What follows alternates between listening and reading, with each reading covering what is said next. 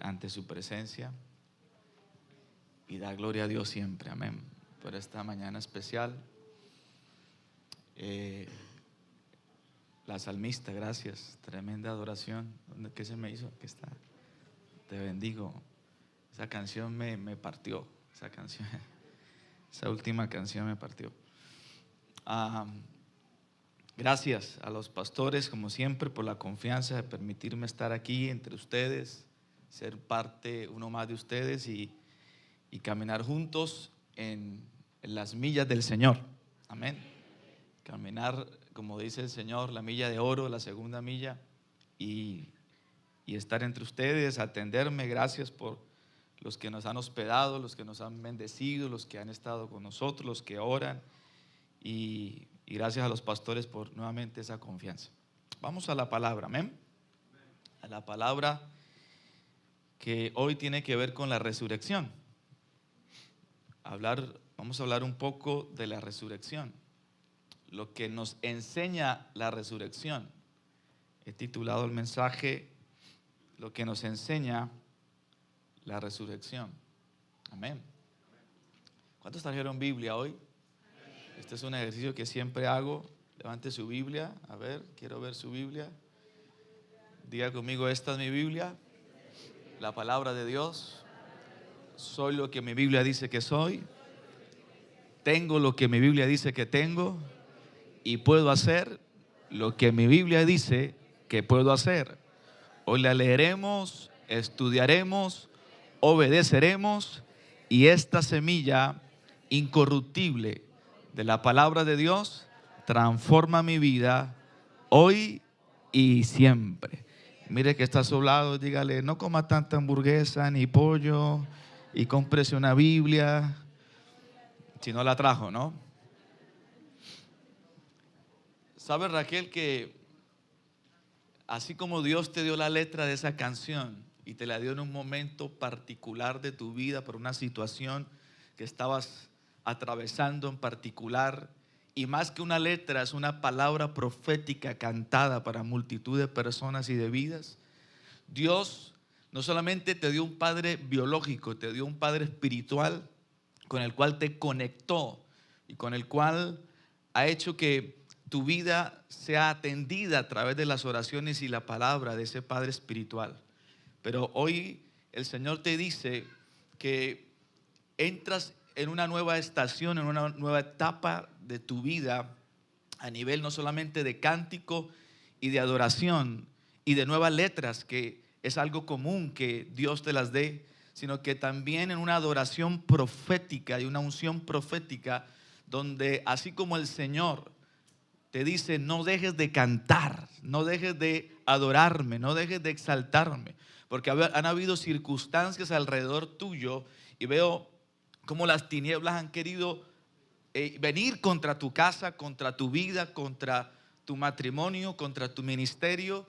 Y en ocasiones has sentido esa necesidad de dejar de cantar, pero ha sido más fuerte que tú esa necesidad, porque no ha sido tú sino Dios a través de ti, y te dice: no dejes de cantar, porque a través del cántico no solamente ministrarás otras vidas, sino que tu propia música y tu propia adoración que haces para Dios será una medicina para tu alma, para tu hueso, para tu espíritu, te dice el Señor en esta mañana.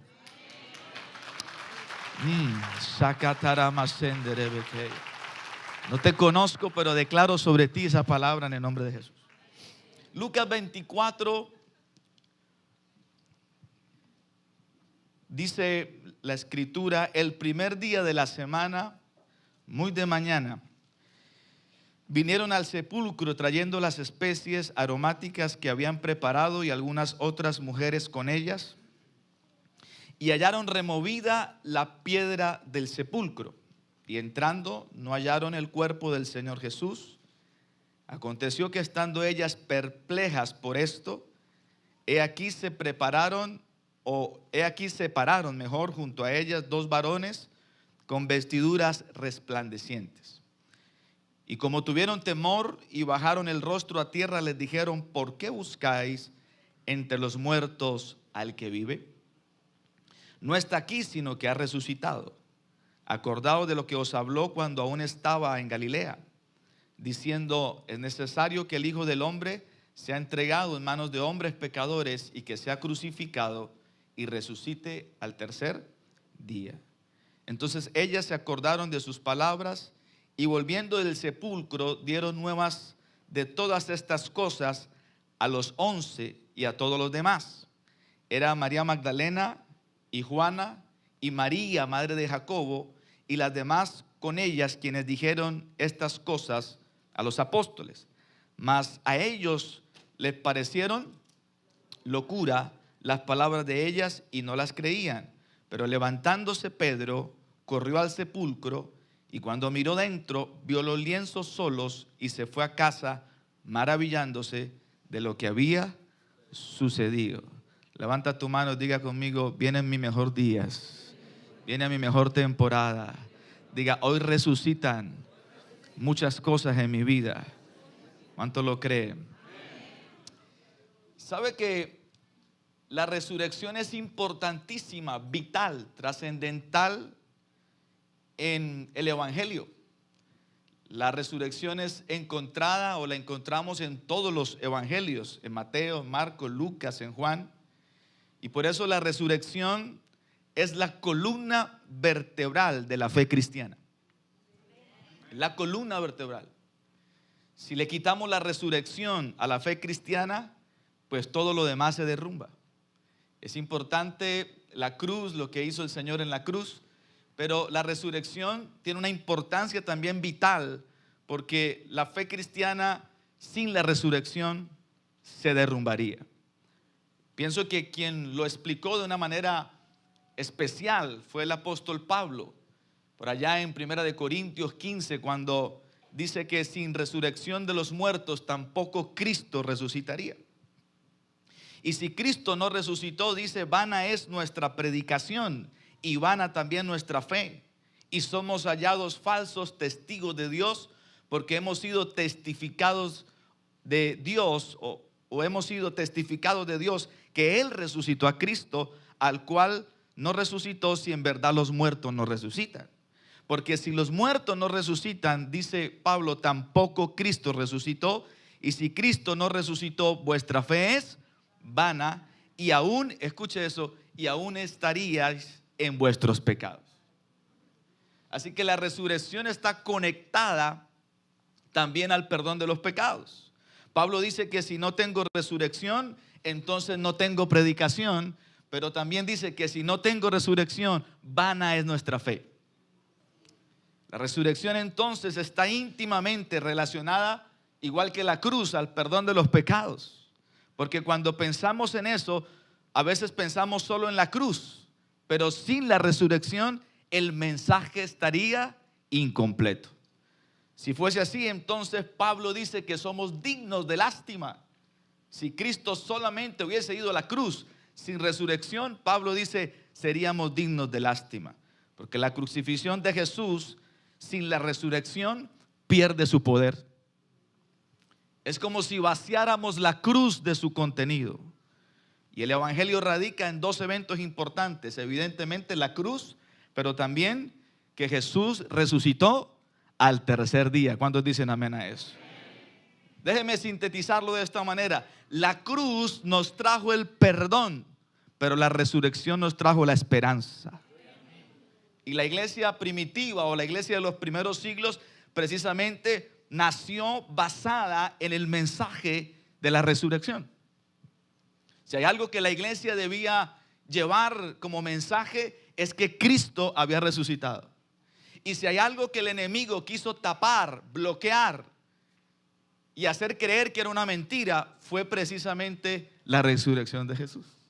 No fue la cruz la que el enemigo quiso tapar, fue la resurrección la que el enemigo quiso negar. Porque nosotros entendemos que la resurrección hace que la cruz esté vacía. Podemos decir entonces que el cordero inmolado de la cruz se convirtió en el león de la tribu de Judá de la resurrección. ¿Cuántos dicen amén a eso?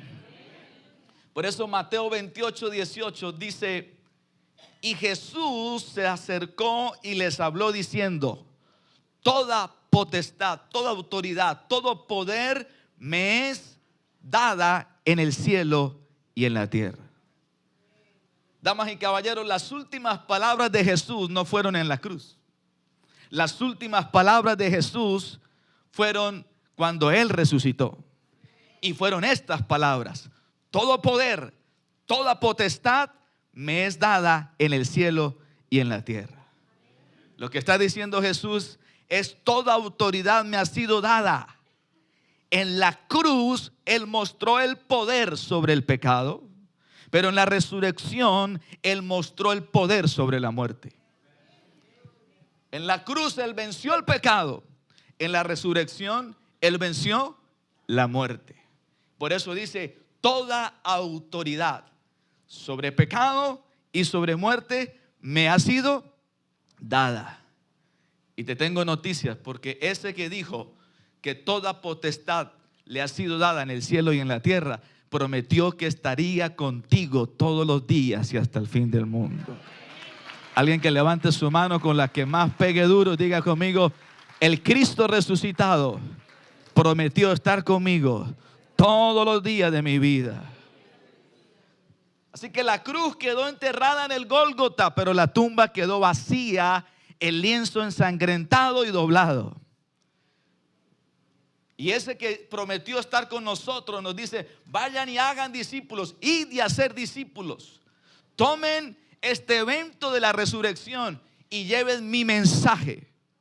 Lleven mi mensaje de que he resucitado y hagan discípulos. Y les prometo que mientras lo hacen, yo estaré con ustedes todos los días. Mire que está a su lado, dígale: Dios ha estado contigo todos los días. No estás solo. Así que en este pasaje de Lucas 24 es interesante porque las mujeres, dice el pasaje, que van a la tumba de Jesús bien temprano al tercer día luego de su muerte. Como era costumbre de los judíos, ellas llevan especies aromáticas, van a ungir el cadáver como era costumbre de los judíos. Y yendo a ungir al que había estado muerto, quizás lo hacían con el propósito de honrar el cuerpo. Y queriendo hacer esto porque están en un contexto judío, pues se encuentran que la piedra ha sido removida. Y fíjese que me llama la atención que cuando ellas llegan, la piedra está removida, porque Dios había removido la piedra, no para que Cristo saliera, sino para que ellas pudieran entrar. Y la pregunta es de los ángeles: ¿por qué buscáis entre los muertos al que vive? Y otra cosa que me llama la atención, los ángeles le dicen: vayan y hablen y díganle a los apóstoles y a los discípulos lo que han visto. Y me llama la atención porque en Cristo, cuando Cristo siempre hizo un milagro o hizo algo a favor de los hombres, siempre impidió que lo contaran. Pero en esta ocasión están los ángeles diciendo: vayan y digan lo que han visto. Este contexto del pasaje también me habla que Pedro estaba maravillado, quizás porque empezó a pensar un poco avergonzado en la escena en la que lo negó al Señor. Y quizás Pedro pensó: ahora que Cristo está resucitado, quizás tome a otro discípulo o forme otro equipo apostólico, porque todos le fallamos. Estaban reflexionando en esos momentos de debilidad, quizás en el momento de la crucifixión, confusión masiva, tristeza que hubo, estaban deprimidos. Me imagino qué pensaría Lázaro en su momento, diciendo: yo resucité, me pudo resucitar, pero quizás él no. O qué pensaría Jairo: resucitó a mi siervo, pero él no. Y en este ambiente de reflexión, de confusión, de depresión, porque no habían creído las mujeres, dice que el Cristo resucitado, Jesús, se aparece a dos de sus discípulos. Camino a Emaús. Y dice la escritura que hablaban y discutían entre sí. Hablaban un poco, platicaban entre ellos, estaban confundidos, habían escuchado a las mujeres pero no le creían y estaban reflexionando. Y camino a Emaús suceden unos acontecimientos bien interesantes que quiero que conozcamos allí. Conozcamos lo que nos enseña la resurrección. ¿Cuántos quieren saber eso? Conozcamos lo que nos enseña la resurrección camino a Emaús. Número 1, lo que aprendemos con la resurrección es que Dios no deja nada a medias. Dios no deja nada a medias. El versículo 14 dice que iban hablando entre sí de todas aquellas cosas que habían acontecido. Sucedió que mientras hablaban y discutían entre sí, Jesús mismo, escucha eso, Jesús mismo se acercó y caminaba con ellos. Esa expresión, Jesús mismo, estaba el Señor al lado de ellos y no se dieron cuenta. Pero el mensaje es: lo que ustedes consideran que dejé a medias, yo vine a completarlo porque no dejo nada a medias. Ellos discutían. Nosotros pensábamos que era el que iba a redimir a Israel, pero ya pasaron 3 días y no ha sucedido nada. Pero ¿sabe una cosa? Cristo, el Señor, Dios no deja nada a medias. Y hoy vengo a soltarte esta palabra porque lo que Dios inició contigo, no habrá nada ni nadie que lo pueda detener. Se podrán levantar circunstancias en contra tuya, personas en contra tuya, cosas en contra tuya, pero lo que Él inició no lo deja a medias. Para los romanos todo había terminado, habían matado a Jesús. Para los judíos todo había terminado, se deshicieron de Jesús. Para los discípulos todo era confusión, pero Él estaba ahí en medio de ellos. Porque Dios siempre acostumbra a poner, escuche, una coma donde nosotros ponemos un punto final. Por eso es importante la resurrección, porque sin la resurrección las promesas de Dios no tendrían sentido. Todas las enseñanzas de Jesús estarían en entredicho. Nuestra tendencia, escúcheme, es abandonar las cosas y dejar todo a medias, pero Dios no deja nada a medias. La resurrección nos enseña a no juzgar los planes de Dios hasta que la historia termine. Fíjese que la muerte fue el viernes, pero la resurrección era el final de la historia. Y nosotros necesitamos tener un ángulo correcto, un juicio correcto, ver las cosas como Dios las ve, no de manera inapropiada o incorrecta, porque de lo contrario nos llenamos de frustración. Hasta el viernes o hasta ese día de la resurrección, para los discípulos todo había fracasado. Pero resulta que el fracaso del viernes fue la victoria del domingo. Las lágrimas del viernes ahora son el gozo puro del domingo. La oscuridad del viernes ahora es la luz del domingo. El pesimismo del viernes ahora es el gran optimismo del domingo. Y lo que se pensaba que era la gran derrota del viernes, ahora es la gran victoria del domingo. ¿Cuál fue la diferencia entre el viernes y el domingo? Diga conmigo, tiempo. Simplemente horas entre una cosa y otra. ¿Sabe que a veces nosotros pensamos así? Que las cosas Dios se olvidó, que lo que nos prometió, lo que nos habló, lo dejó de hacer o dejó de cumplirlo. Y a veces pensamos que las tribulaciones o las circunstancias que vivimos son eternas, que nunca vamos a salir de ellas. Pero sabe, lo que te separa de lo que Dios va a hacer a lo que estás viviendo son simplemente horas. Porque en horas Dios puede cambiar tu historia. La resurrección nos enseña qué tan incompletas vemos nosotros las cosas. Porque mi mejor perspectiva es la del plan de Dios. Y Dios siempre tiene lo mejor para ti. Dígame amén a eso. Nosotros no. Para nosotros tenemos que ver las cosas como Dios las ve, porque a veces las vemos de manera contraria. Para nosotros el pasado es nublado, el presente es incompleto, pero el futuro es desconocido. Pero para Dios, tu futuro es el mejor. Dios ve el cuadro completo en tu vida.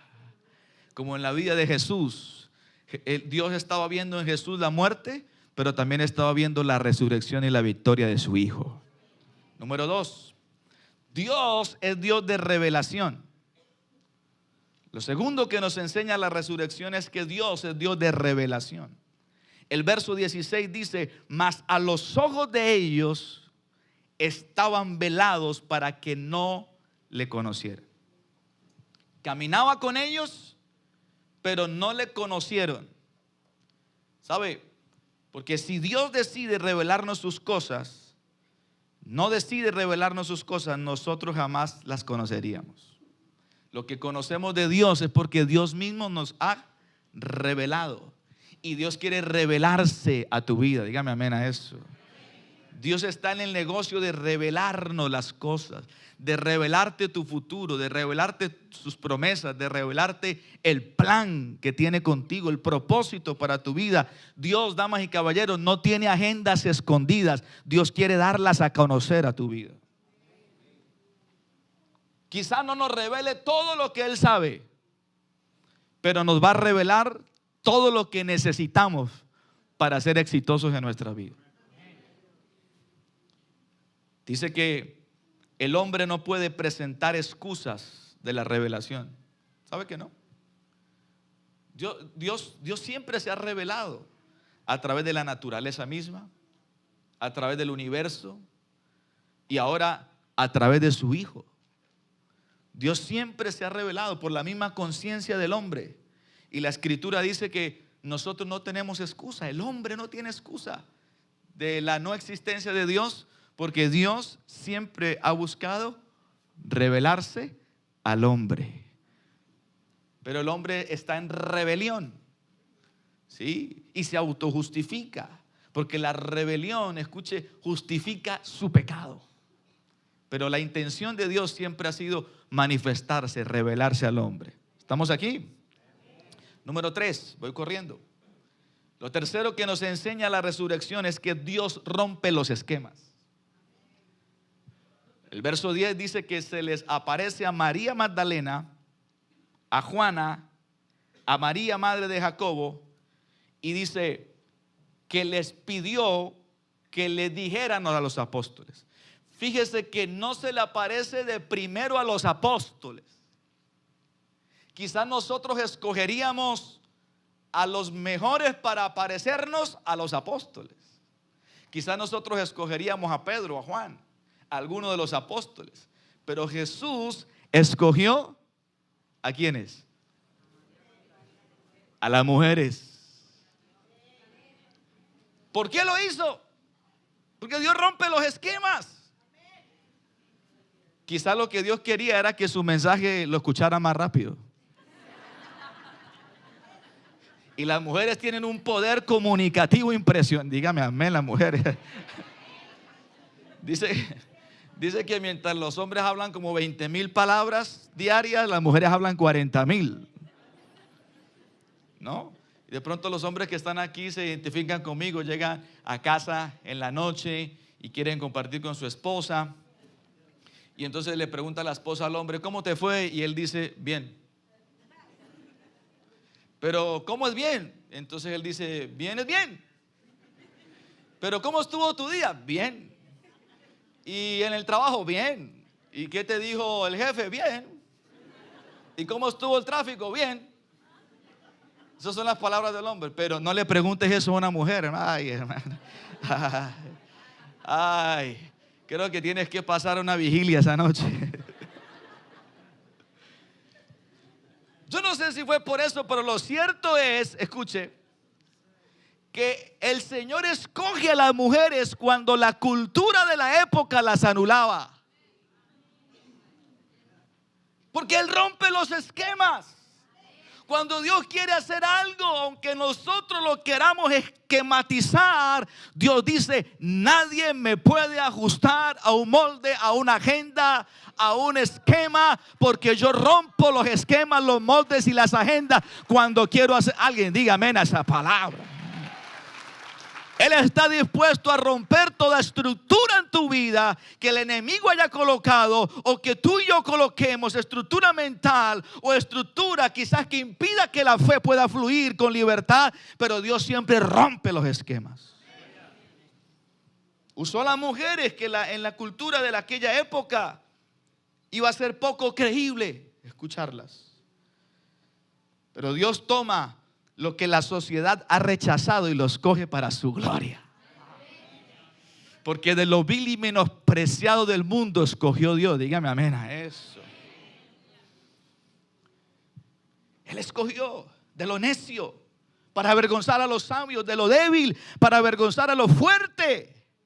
Y de lo vil del mundo y lo menospreciado escogió Dios, y lo que no es para deshacer lo que es.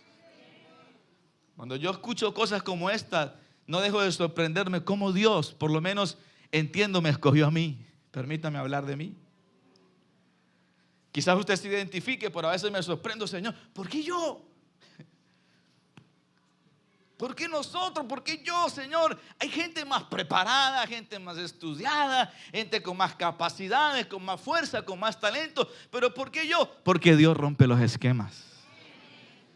Y si Él quiere usarte y usarme, dejémonos usar por el Señor, porque si te escogió es porque hay propósito con tu vida. Número 4, la resurrección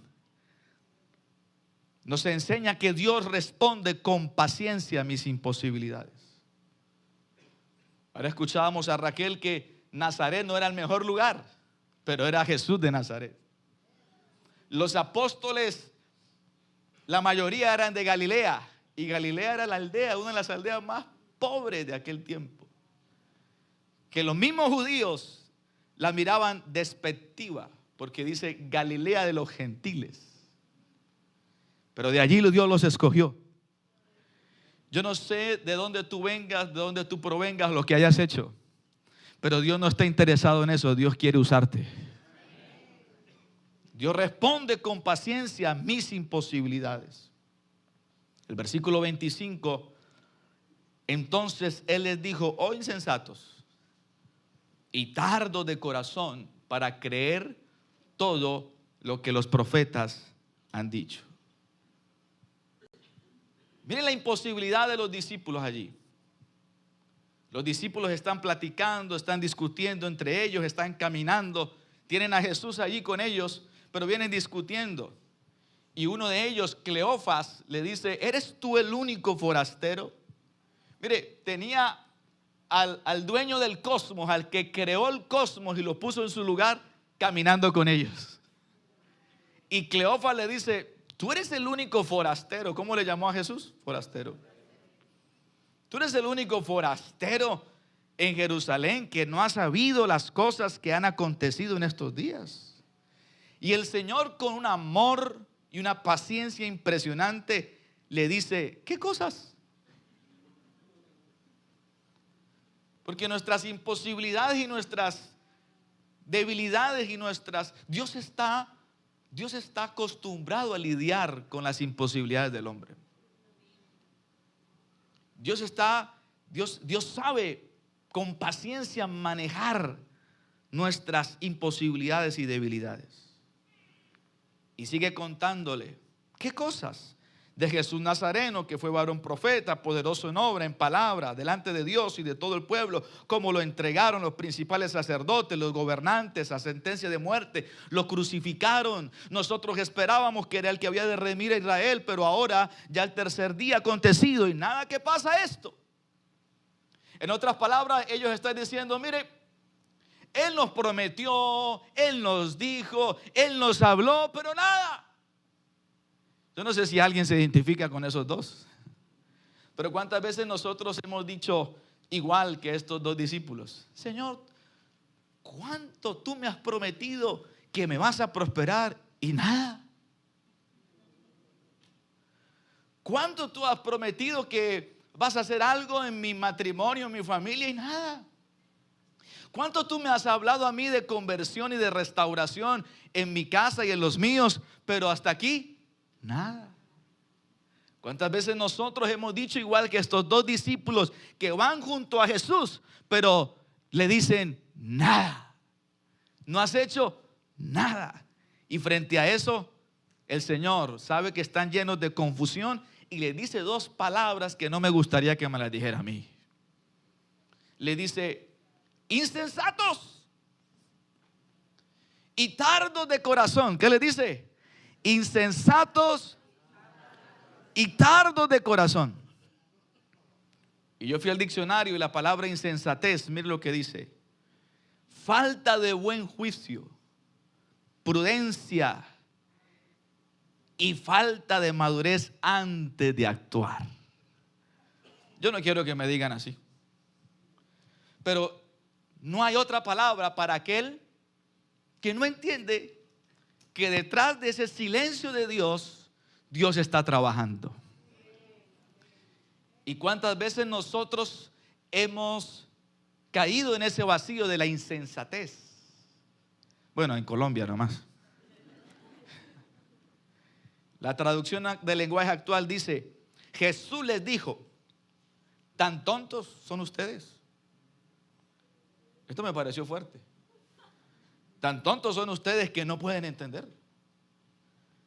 Y tomaba la palabra para mí y dice: Señor, ¿cuántas veces tú has querido hacer algo en mi vida o hacer algo a través de mi vida? Yo no lo he entendido y te he dicho: Señor, no has hecho nada. Y cuántas veces yo merecí un tonto de parte tuya.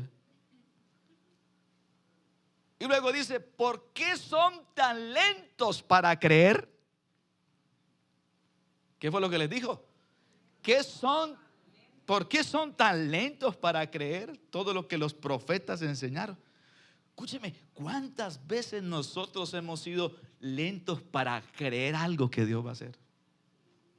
Y queriendo Dios, y a veces que el plan de Dios se ha retrasado, y se retrasa no por Dios, sino por nuestra lentitud para creer. Los perdí, se fueron. Y saben, nosotros necesitamos estar alineados a lo que Dios quiere hacer y ser prontos para creer, para que ninguna tontería de lo que nos quiere hacer o quiere hacer el Señor en nuestra vida, nosotros vayamos a entorpecerlo. Dígale que está a su lado: no entorpezcas nada de lo que Dios tiene para ti. Ahí sí bajaron los amén. Número 5. ¿Qué nos enseña la resurrección? Que el Señor usa nuestros fracasos para enseñarnos las cosas que de otra manera nunca aprenderíamos. El fracaso es reprobado por los hombres. Ningún hombre planea fracasar. Nadie se levanta en la mañana diciendo: hoy será un buen día para fracasar. Nadie comienza el mes de abril, 1 de abril, diciendo: este es un mes donde seguramente voy a fracasar. Nadie quiere fracasar. Reprobamos el fracaso. No planeamos fracasar, pero sabe que el fracaso hace parte del currículo de Dios para nuestra vida. Porque aunque nadie quiere fracasar ni caer, pero sabe que lamentablemente hay cosas que aprenderemos solo a través de los fracasos. Ahora bien, no es que Dios quiera que fracases, aclaro bien eso. Dios no quiere que fracases, pero Dios tiene otras formas de enseñarnos. Él quiere que nosotros aprendamos por la palabra. La Biblia registra que todo lo que sucedió a los hombres de Dios en la Biblia les sucedió para nuestro ejemplo, para que viendo el ejemplo de ellos, nosotros, escúcheme, viéndolo, no cometamos sus propios errores. Pero sabe que en ocasiones no hay otra forma de aprender sino a través de los fracasos.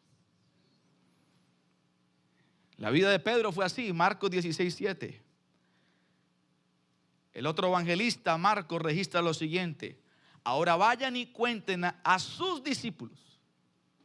Y el único nombre que menciona, Pedro.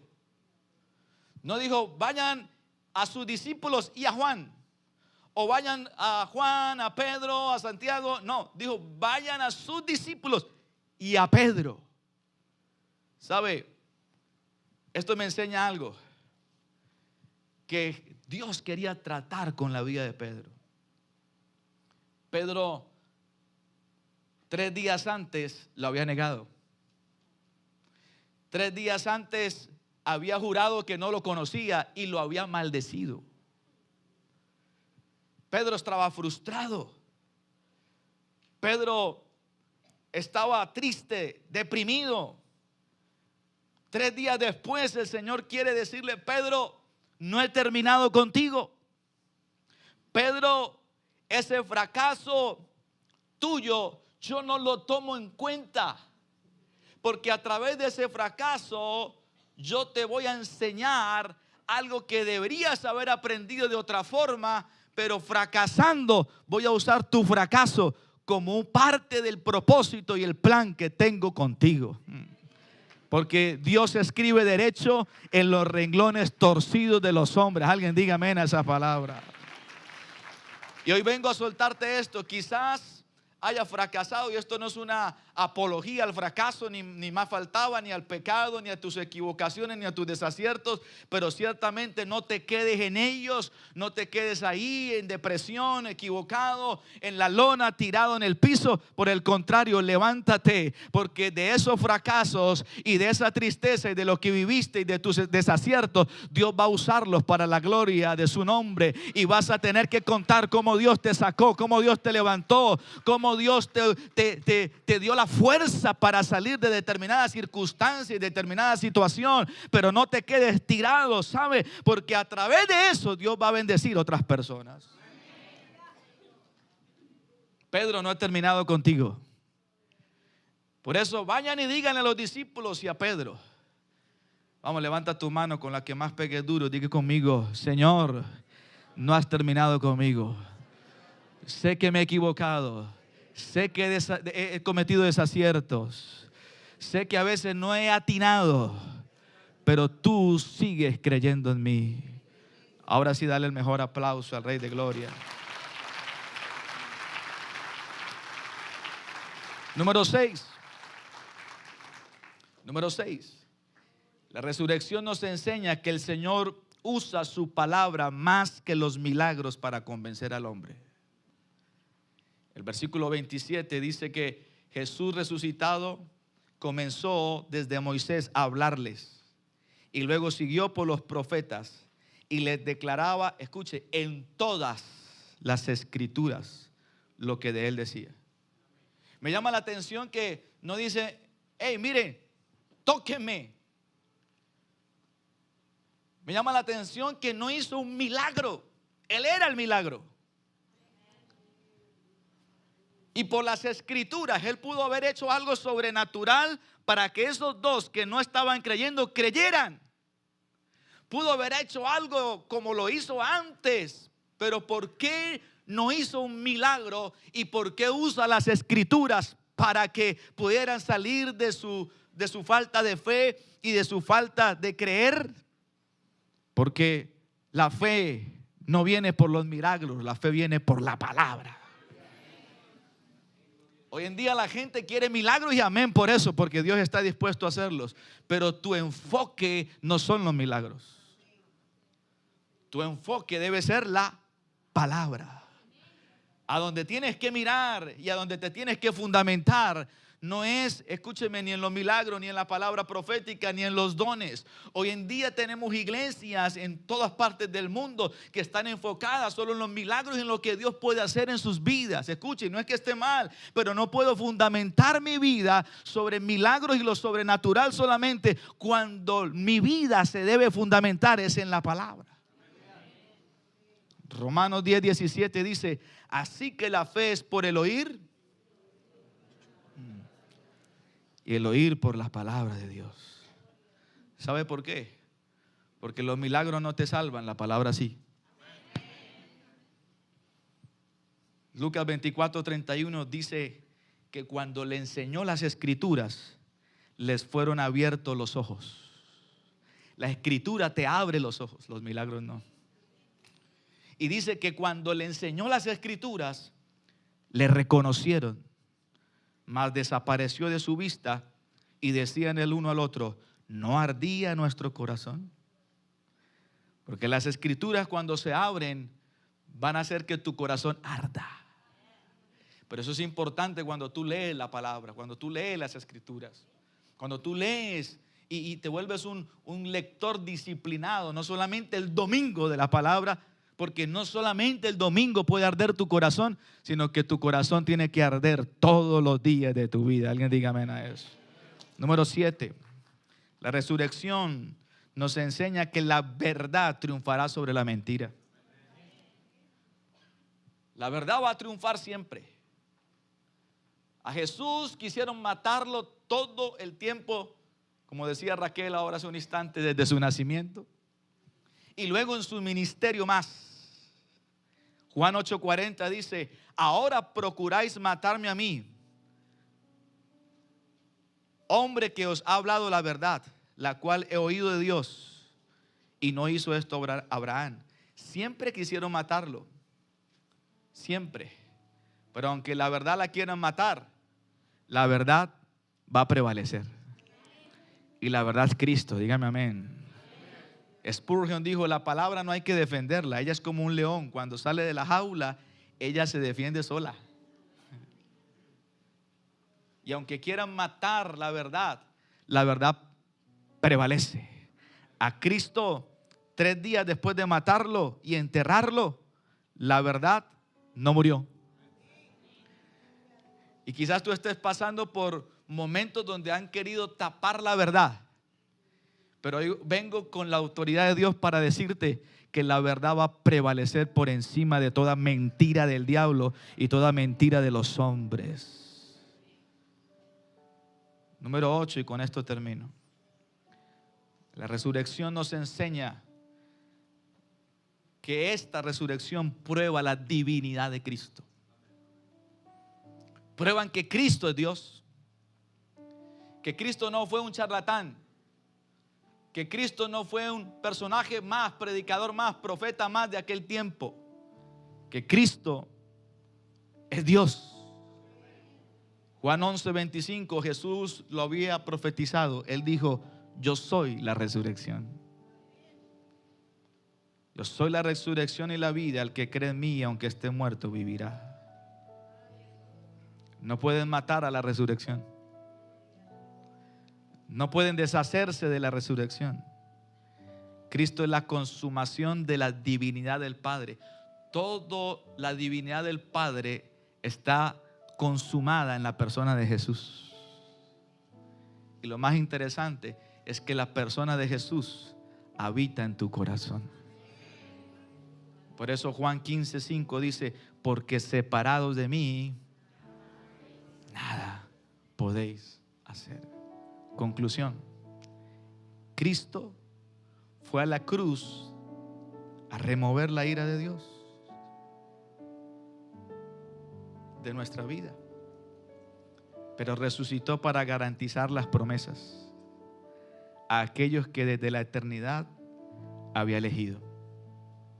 En la cruz removió el pecado. En la resurrección, todo lo que Él dijo cobra vida. Si lo que Él dijo no hubiese resucitado, serían solo palabras. En la cruz llevó el pecado. En la resurrección dijo: es fácil creer a aquel que dijo que iba a resucitar. Y si resucitó y venció la muerte, y en la cruz el pecado, y en la tumba vacía venció la muerte, todo lo que esté muerto en ti va a resucitar en este día. Colócate en pie, por favor. Te adoramos, Dios. No sé si hay amigos que nos acompañan hoy, en la mañana de hoy. Amigos que vienen por primera vez. Déjenme ver una de sus manos en alto. Solamente para saber. Te bendigo, bienvenida.